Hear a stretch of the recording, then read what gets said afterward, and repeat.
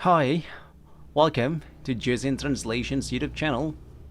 I'm so excited that I have you here again watching my video. This is a really great excitement for me for sure to go on with our basic grammar of English. And surely what we are going to study today is report speech, direct and indirect speech. What is that? Kita akan belajar mengenai perbedaan dari kalimat langsung dan kalimat tidak langsung dalam bahasa Inggris. Saya akan kasih salah satu ilustrasinya aja dalam bahasa Indonesia. Kalimat langsung itu adalah, misal kita ngomong sama orang, kamu jangan marah dong. Itu adalah kalimat langsung. Lalu, untuk kalimat tidak langsungnya adalah, kamu melaporkan apa yang tadi saya ucapkan lah ke orang lain. For example, tadi dia bilang, aku jangan marah. Itu adalah kalimat tidak langsung. Dalam bahasa Inggris, ini ada aturannya. So, let's get started. We are going to start from direct speech.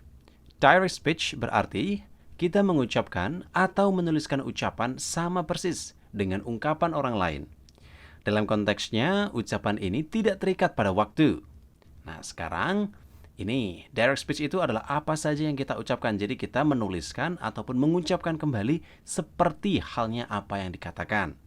Contohnya, Angga to Ari. So, Angga said something to Ari. I need an extended time to complete my task. I need an extended time to complete my task. Aku butuh waktu tambahan menyelesaikan tugasku. Lalu kemudian, Ari bilang ke Anita. So, Ari said to Anita, Angga said. Angga reverse to. Angga here. Angga said, I need an extended time to complete my task. Angga bilang, aku butuh waktu tambahan menyelesaikan tugasku. Ini adalah contoh dari direct speech. Kamu menuliskan sebagaimana kamu melaporkan ucapan orang lain dengan menirukan semuanya tanpa mengubah konteksnya. Biasanya kita tambahkan koma dan juga tanda petik atau quotation mark. Lalu kemudian selanjutnya untuk indirect speech, bedanya apa? Berbeda dengan direct speech, ungkapan ini bersifat melaporkan ucapan orang lain. Jadi kita mengutip laporan seperti kalimat berita. Para ilmuwan berkata bahwa, nah seperti itu. Salah satu warga menyaksikan bahwa, nah seperti itu. Beberapa orang mengatakan bahwa itu adalah contoh dari indirect speech. Biasanya dalam bahasa Inggris kita ubah kutipan tersebut ke dalam past tense. Nah, ini yang menarik. Ini yang harus kita pelajari. For example, Angga to Ari said something like this. I need an extended time to complete my task. Aku butuh waktu tambahan menyelesaikan tugasku. Lalu kemudian Ari melaporkan. Ari reported what Angga said to Anita. Angga said, nah biasanya kita tambahkan that. Angga said that he needed an extended time to complete his task. Kata kerjanya berubah. Yang tadinya pada ucapan Angga, need ini menggunakan present tense. But ketika ketika Ari melaporkan apa yang diucapkan Angga pada Anita, dia menggunakan needed dan subjeknya berubah. He refers to Angga. His refers to Angga. Oke, he refers to dari I, lalu kemudian my task menjadi his.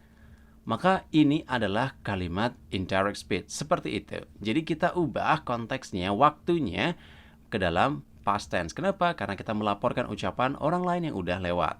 Nah, catatannya, kita ubah ucapan dari Angga yang sebelumnya konteksnya present time menjadi past time ketika Ari mengutip ulang. Nah, perubahan tensesnya di sini. Kita akan coba bahas semua perubahan tensesnya. Misal orang yang mengatakan itu menggunakan present tense dengan to be is dan juga am, maka kita ganti menjadi was. Contohnya, he said, I'm going out. Lalu kita laporkan, he said that he was going out. Nah, jadi am jadi was. Oke ya. Lalu kemudian, apabila ucapannya itu menggunakan present time to be are, maka kita ubah menjadi were. Donnie said, some tourism spots are open. Donnie said, some tourism spots are open. Lalu kita laporkan.